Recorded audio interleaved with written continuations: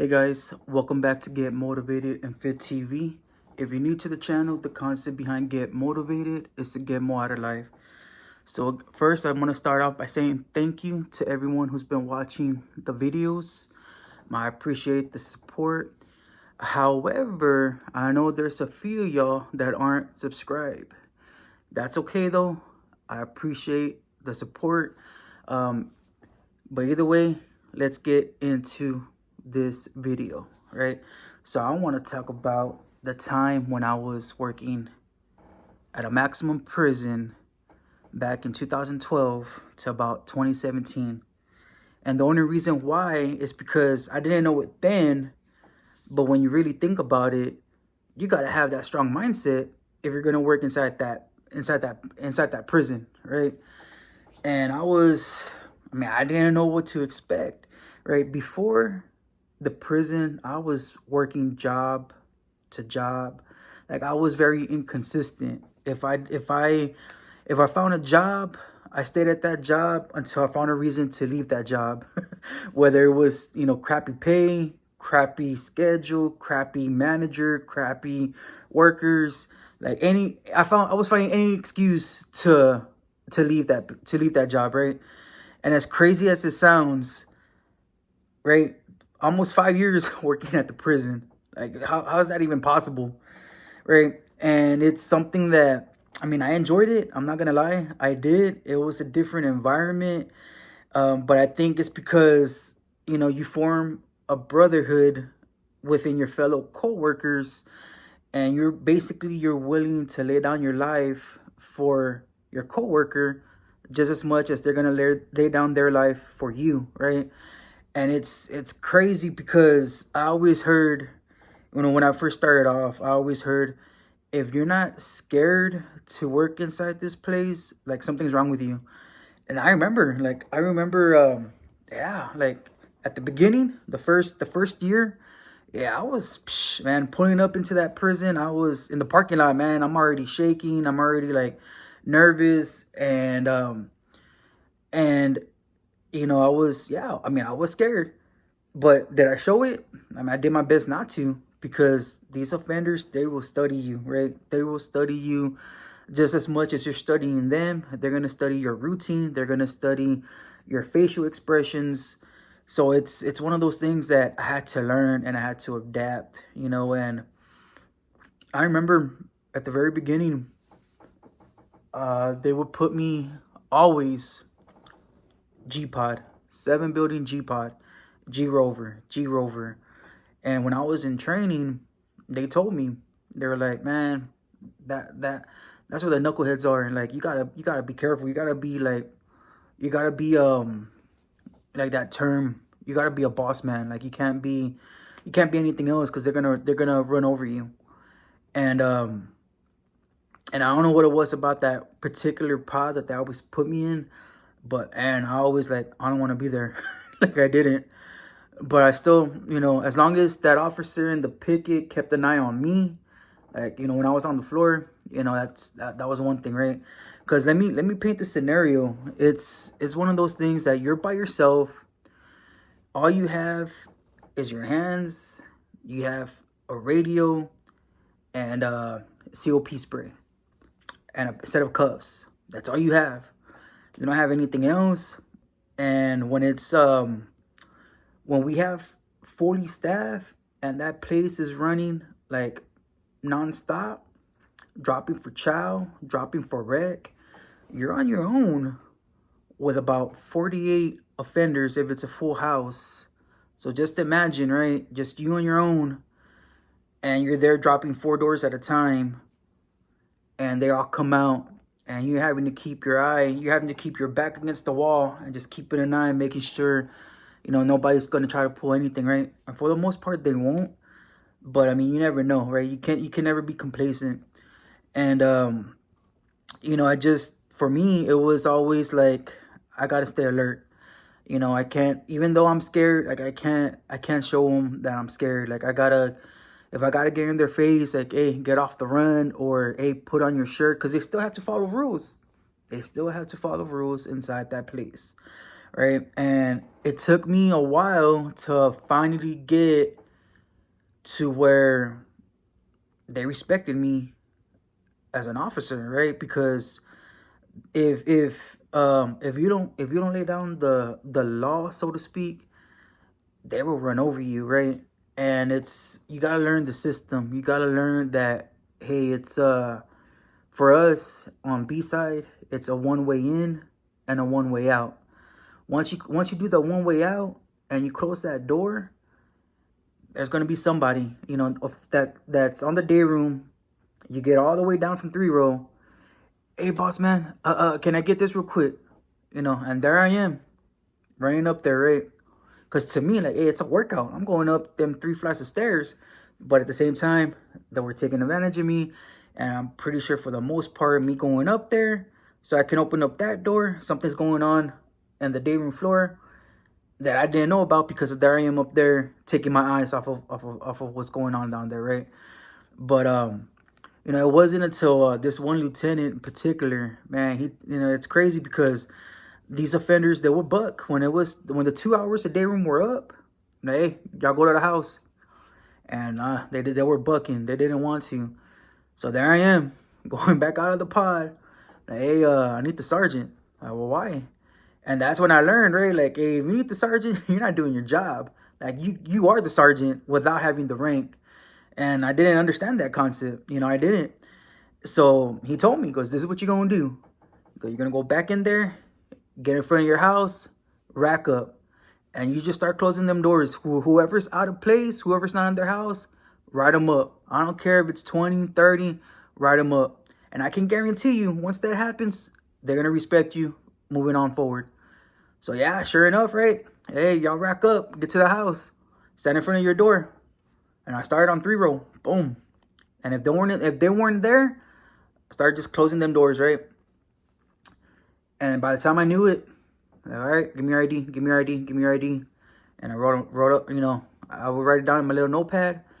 And then, when I had time, do I think it was called the offense report, right? Write them up for 24.0, 27.0, refusing to obey order and out of place. And yeah, sure enough, right, them cases went through. And it's because like how the lieutenant told me, he's like, well, at the time he was just an officer, but he, later on he became a lieutenant. But it's like how he told me, he's like, think about it this way.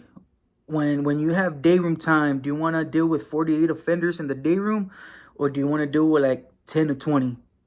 Because you need to write cases so they can stay in the house, so they can be on restriction, so you got to deal with them. The only time you deal with them is for when they have to go to shower, or when it's mass movement for chow. Because even for rec, they're not gonna come out for rec. So I'm like, man, you know what? You're right. That makes sense, right? So that's that's how I learned. And ever since then, like, I had no issues like getting back to G-Pod. But eventually, when that happened, then they moved me on to A building. And that's where, man, that was a whole different, because when I was always in a G-Pod, I would always hear on the radio, ICS, A building, J-Pod, K-Pod, and every once in a while L-Pod, right? And it was always either a staff assault, it was always something happening in A building. And again, right, I always said that working in that place, you got to be alert. And at the same time, like if you saw my other video, it's like we want to have a reason to put our hands on these offenders in the event they attack us first, in the event they take a swing at us or whatnot. And but yeah, man, it was just at that time I wasn't into working out. And I don't know how many times I would respond to a call for a staff assault, and there I am. As soon as I would get there, and what good am I? I'm over here huffing and puffing, just trying to catch my breath. And had I had that mindset back then, or the fact of just me working out back then, I mean, I think I would have been able to respond in a much more proficient way. But it takes a lot of mental toughness too, because the stuff that you hear.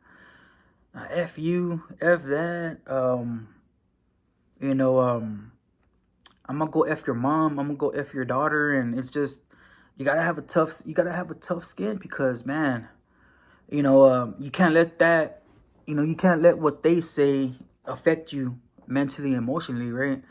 And sometimes, like, as much as I didn't want to, I would have to get in their faces because, like, hey, because in my mind, if that building sergeant or if that warden comes down and does a surprise visit and my day room looks like shit, like, that's gonna be on me.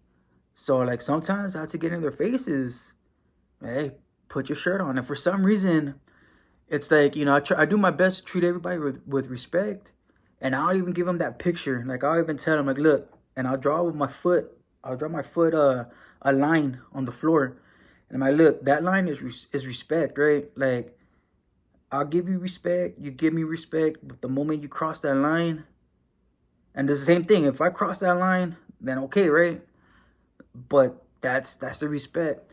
But for some reason, there's some, how we call them, some knuckleheads that, they don't just respond to hey, put your shirt on.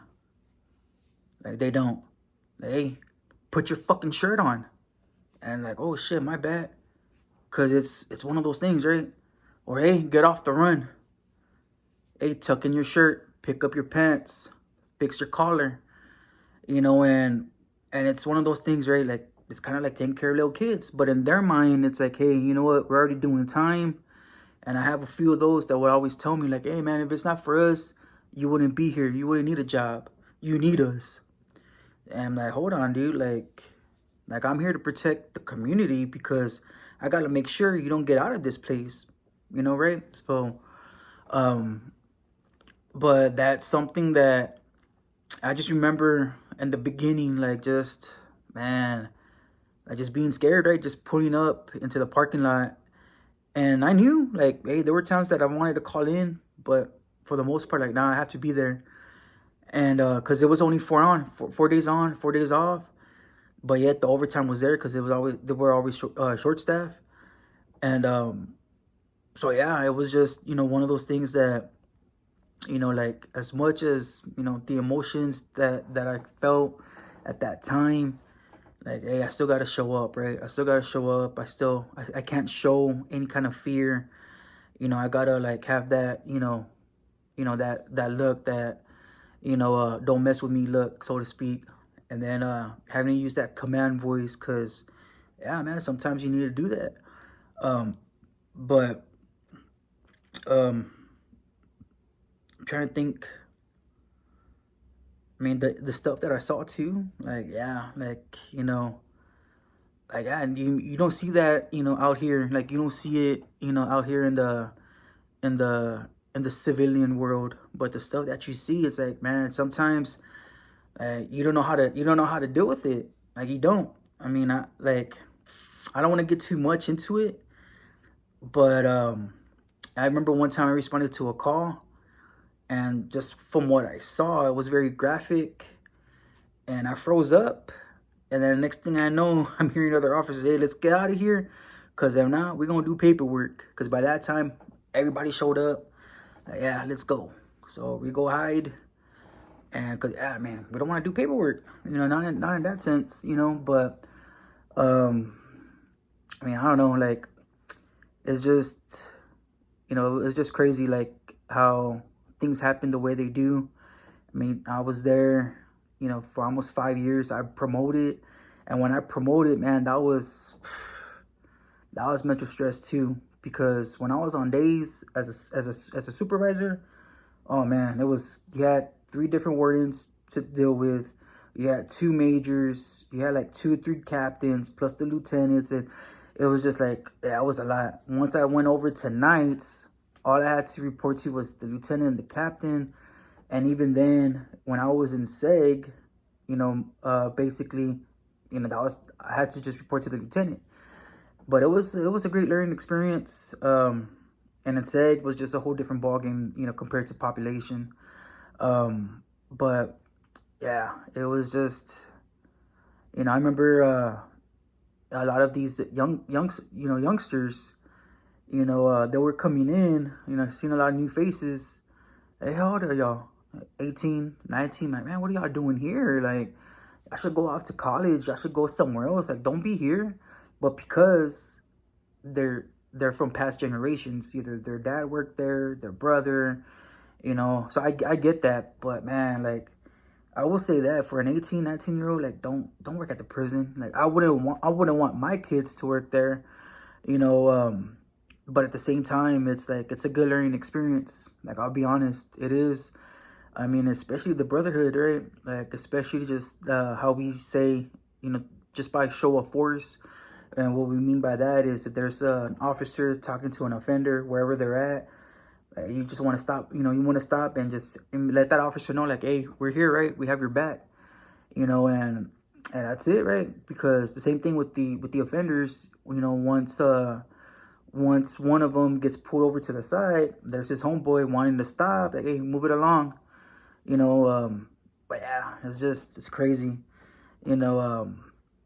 Trying to think what else I could talk about, you know, other than just, you know, you have to experience yourself if you want to. I mean, I could probably do more videos on it. But I think the biggest one was playing the what if. You know, that had to use a lot of this too, because, you know, what if, you know, you're doing your everybody's in the house, and what if somebody pops that door open, and then what, right? What if you know, you're doing mass movement, and what if somebody tries to take your handcuffs? Or what if, you know, it's always just one of those things, right? Just having to be alert. You know, what if, you know, you're in one section and something's going on in 3 section? You know, what if? And it keeps you going, right? It keeps you going on, like, man, like, what do I do? You know, how do I respond? How do I, you know, I mean, I do miss it at times, you know, I do. But would I go back? I already tried and they denied me. But you know, it's more, what I miss more is the brotherhood, right? That's what I miss more of. But you know, from now, I still keep in touch with a few of them. They're already gone from that place. I do have a few that are still there, but for the most part, everybody else already left. They're like, man, you know, it's not what it was, you know. And that's why I left too, because yeah, it started turning into politics, right? But I hope y'all are doing well. Hope y'all are blessed. And you know, make sure y'all like this video, subscribe, and I'll see y'all on the next one.